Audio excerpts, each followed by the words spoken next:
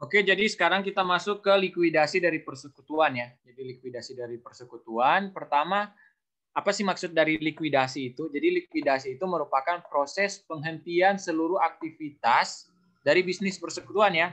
Jadi kalau dia udah bilang likuidasi ya udah stop. Jadi gue udah nggak akan berlanjut lagi operasinya. Gitu. Likuidasinya. Nah, terus likuidasi ini dia atau pembubaran juga bisa. Dia penyebabnya apa? Jadi pertama kalau mereka udah nggak ingin melanjutkan lagi kan, artinya mungkin mereka merasa nggak cocok, nggak ada kecocokan ya. Jadi dia nggak lanjutkan lagi. Baru kedua, mungkin karena perekonomian yang kurang mendukung ya, bisa aja karena corona kan, karena COVID jadi.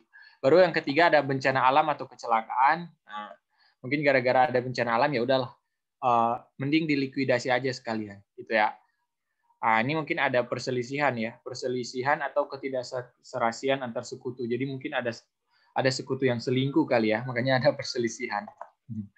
Terus atau dia ada alasan hukum. Ya, siapa tahu mereka menjual narkoba kan, kalau menjual narkoba ya harus diproses hukum dong. Nah, makanya dibubarkan. Itu beberapa alasan kenapa persekutuan itu dilikuidasi. Kemudian nah ini prosesnya ya. Jadi prosesnya itu? Pertama, jika dilikuidasi tidak pada awal atau akhir tahun, maka dilakukan proses penghitungan laba rugi sampai dengan likuidasi. Nah, jadi likuidasi itu kan bisa di awal tahun, akhir tahun, atau tengah tahun. Nah, kalau dia nggak di awal dengan akhir, artinya di tengah-tengah tahun. Nah, maka dia harus dihitung dulu apa? Laba ruginya kan, sampai saat likuidasi. Baru laba rugi tersebut dialokasikan ke modal para sekutu. Nah, seperti yang sebelumnya tadi itu yang alokasi video sebelumnya kan alokasi modal. Kemudian nanti dia akan mengkonversi, jadi setelah itu dia akan mengkonversi aset non-kas menjadi kas. Nah, jadi konversinya itu boleh dijual ke pihak luar atau boleh dibeli oleh sekutu. Terserah dia mau konversinya kayak apa. Pokoknya intinya aset non-kas itu harus dijual semua, dijadiin kas. Nah, kemudian kalau ada selisih antara nilai buku dan dengan nilai jualnya, pasti kan ada selisih lah ya itu. Nah, nanti selisih tersebut dialokasikan ke para sekutu ya, sesuai dengan perjanjian pembagian laba rugi. Jadi biasa ada persentasenya, berapa persen yang ini, atau persentase atau dia rasionya. Nah, gitu. Baru kalau ada modal sekutu yang bersaldo debit, nah kan saldo normal dari ekuitas itu modal itu kredit kan. Nah, tapi bisa aja saldo normalnya itu di debit. Bukan saldo normal, tapi bisa aja ada saldo sekutunya yang di debit. Nah, itu kan artinya nggak normal kan itu kalau saldo modalnya di debit. Nah, itu pertama ditutup dulu dari akun saldo piutangnya. Jadi kalau ada piutang ke si sekutu tersebut. Nah, tapi jika tidak punya piutang, maka dia harus menyerahkan harta pribadinya untuk untuk sebagai ganti rugi gitu, sebagai ganti rugi dari saldo ekuitas yang debit tadi. Nah, kalau dia tidak mempunyai harta pribadi, kasihan. Kalau dia nggak punya harta pribadi, maka dia ditanggung oleh sekutunya. Nah, ini tergantung kesepakatan juga, ditanggungnya berapa persen. Nah, mengakui laba rugi dan beban likuidasi yang terjadi selama proses likuidasi. Nah, jadi dia akan mengakui laba rugi dan beban likuidasi. Baru terakhir akan dia mendistribusikan cash kepada kreditur terlebih dahulu. Jadi kepada yang pemilik utang dulu. Baru setelah pemilik utang baru dia ke pemilik ekuitasnya. Nah, itu kan sebenarnya itu konsepnya mirip sama ini sih. Mirip sama likuidasi perseroan kayak gitu juga. Kalau likuidasi, kalau bangkrut itu pokoknya ya yang diutamakan itu adalah utang. Jadi yang diutamakan untuk diganti rugi itu dulu utang. Jadi misalnya bond atau notes payable, account payable, itu dulu. Kalau udah selesai lunasi utangnya, baru dia kasih ke pemilik ekuitasnya, gitu ya. Nah, ini asumsi-asumsi yang biasa dipakai ya. Jadi ini asumsi-asumsi umum. Yang pertama, biasanya persekutuan dalam posisi solvent. Solvent itu artinya total asetnya melebihi total liabilitas ya. Solvent. Baru semua sekutu mempunyai ekuitas di dalam aset neto persekutuan. Gitu ya. Baru tidak ada utang kepada sekutu. Ini biasa ada asumsi tidak ada utang kepada sekutu dan semua aset dikonversikan menjadi kas sebelum ada pendistribusian kas ke para sekutu. Nah, kalau asumsi tersebut ada yang berbeda, maka proses likuidasi menjadi lebih rumit. Jadi kalian bayangkan, ini kan normalnya itu dia memenuhi 4 ini ya, 4 asumsi ini kan. Bayangkan besok kalau dosennya buat 4 asumsi ini nggak sama dengan asumsi ini. Jadi bayangkan kalau soalnya besok itu apa namanya? Misalnya posisinya nggak solvent, terus nggak semua sekutu punya ekuitas, terus ada utang kepada sekutu, gila itu. Satu aja udah rumit, apalagi kalau 4-4-nya dibuat kayak gitu. Jadi misalnya 4 asumsi ini dibuat nggak sesuai kan di soal, wah gila. Itu ribetnya kayak gimana? Tapi kita berdoa semoga dosen nggak buat soal sesulit itu. Semoga ya. Oke. Baru jenis likuidasinya. Jenis likuidasi itu, nah ini nih, ini perhatikan baik-baik. Jadi likuidasi ada 2. Ada likuidasi yang berlangsung setelah proses realisasi aset non-kas selesai. Jadi setelah semua aset non-kasnya dijual, ya kan? Nah, baru dia likuidasi. Nah, ini disebut dengan likuidasi langsung. Ada yang bilang, nah, jadi kan ini likuidasi secara langsung, atau ada yang biasa disebut dengan likuidasi satu tahap. Nah ini ingat baik-baik, inilah yang menjadi inti materi TM12. Nah, jadi yang likuidasi secara langsung atau satu tahap. Nah, baru likuidasi yang kedua adalah likuidasi yang berlangsung setiap saat setelah aset non-kas terjual. Nah, jadi bedanya, kalau yang likuidasi langsung, dia jual dulu semua, baru dia likuidasi. Nah, kalau dia likuidasi bertahap, likuidasi bertahap ini, dia nggak harus terjual semua dulu asetnya. Jadi setiap ada yang terjual, maka dia langsung likuidasi boleh. Nah, gitu ya, itu ya bedanya. Nah, itu nanti TM13. Jadi TM depan. Jadi kita akan fokus di likuidasi secara langsung atau likuidasi satu tahap ya. Oke. Nah, kita akan mulai, inilah contohnya. Oke. Contoh soalnya. Jadi ini ada statement of financial position. Jadi ada neraca dari Hamdani Camellia Furniture ya, nama persekutuannya. Nah, ini dimiliki oleh 2 orang ya. Pemilik pertama namanya Hamdani, pemilik kedua namanya Camellia. Nah, kemudian ini adalah aset mereka, ini adalah liabilitas dan ekuitas mereka. Ya. Nah, proses likuidasi terjadi pada bulan Desember 2021, ya kan? Oh ya, ini posisi posisi neracanya itu neraca pada 1 Desember. Nah, jadi neraca 1 Desember. Nah, kemudian ini proses likuidasi pada bulan Desember nih. Prosesnya apa aja? Pertama, equipment terjual seharga 300 juta dan seterusnya kan, sampai ke bawah. Baru kita disuruh buat tabel distribusi uang tunai dengan metode langsung. Nah, metode langsung ini dia yang TM12 sih. Kalau aku lihat di RPS ya dia yang TM12. Oke, kita langsung ke pembahasannya. Jadi yang pertama, kita akan membuat tabel. Jadi kita pisahkan antara ini aset, ini kan aset, dengan liabilitas dan ekuitasnya. Jadi kita pisahkan. Nah ini kita pisahkan. Nah, jadi ini teman-teman kayak gini ya. Jadi misal ini cash 230 juta sampai equipment 254 juta 800. Nah, kita buat tabel tersendiri. Nah, ini tabelnya. Nah, saldo awalnya ini ya. Jadi saldo awal mereka adalah ini. Nah, ini 230, 100 juta, 25 juta sampai di equipment itu 254 juta 800. Nah, itu ya. Itu saldo awalnya nih, saldo awal. Baru untuk liabilitas dan ekuitas juga kayak gitu. Jadi dibuat nih. Saldo awalnya yang payable 30 juta kan tadi, saldo awalnya. Jadi kayak apa namanya? Dijabarkan. Nah, 30 juta ini saldo awal. Baru ada capital dari Hamdani nih. Capital dari Hamdani 250 juta, capital dari Camellia 300 juta.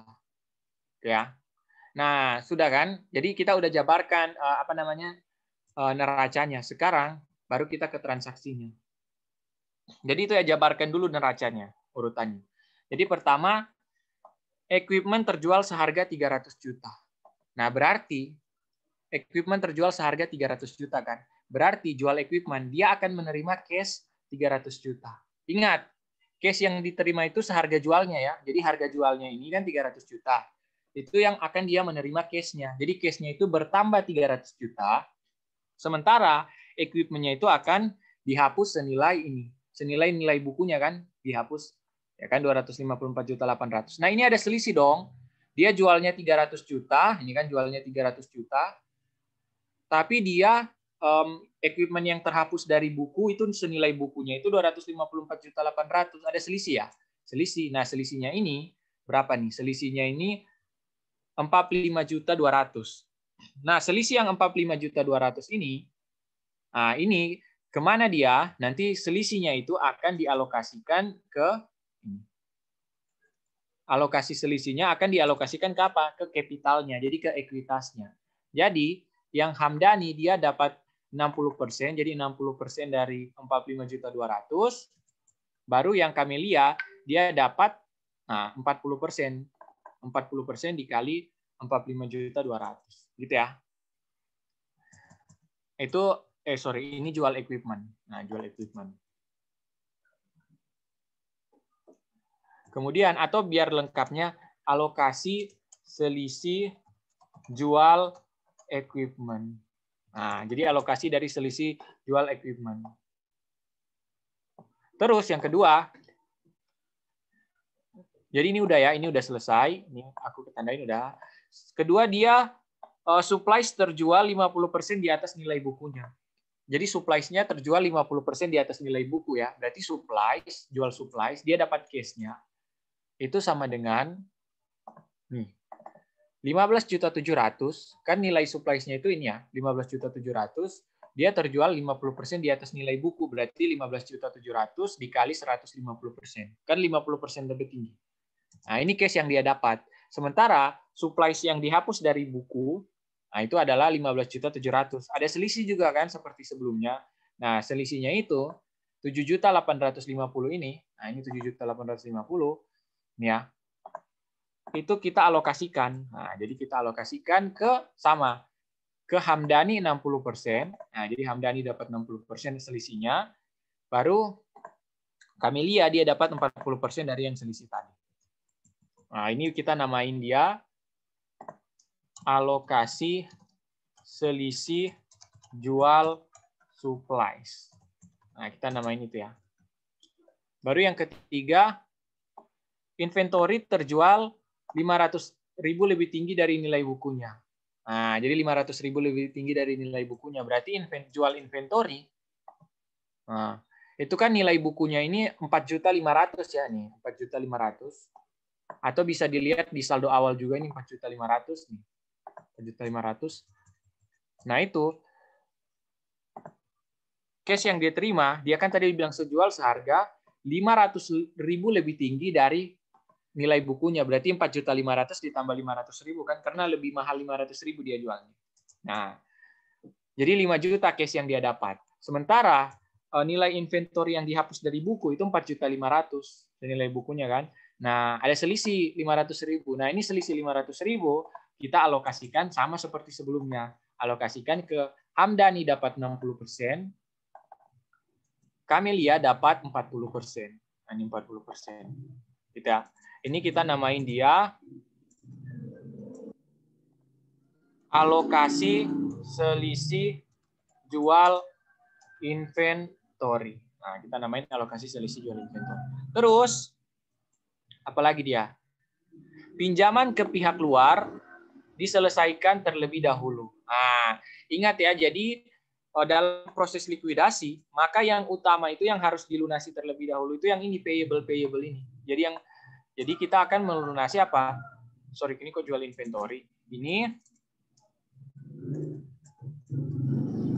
Nah, jadi yang akan kita lunasi adalah pinjaman ke pihak luar.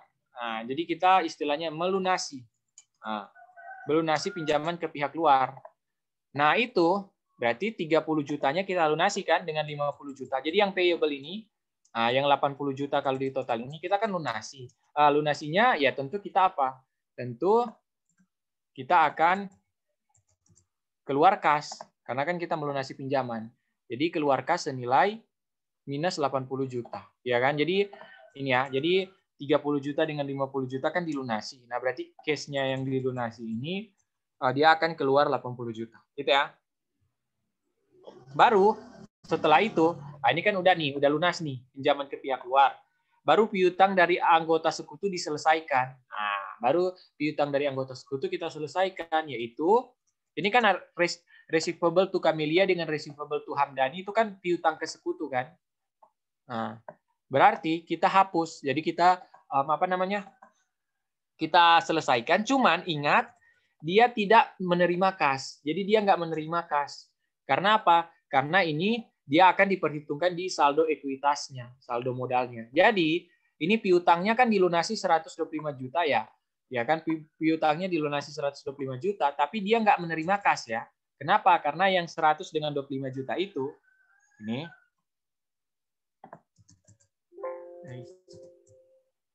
karena 100 dengan 25 juta itu ini piutang sekutu ini.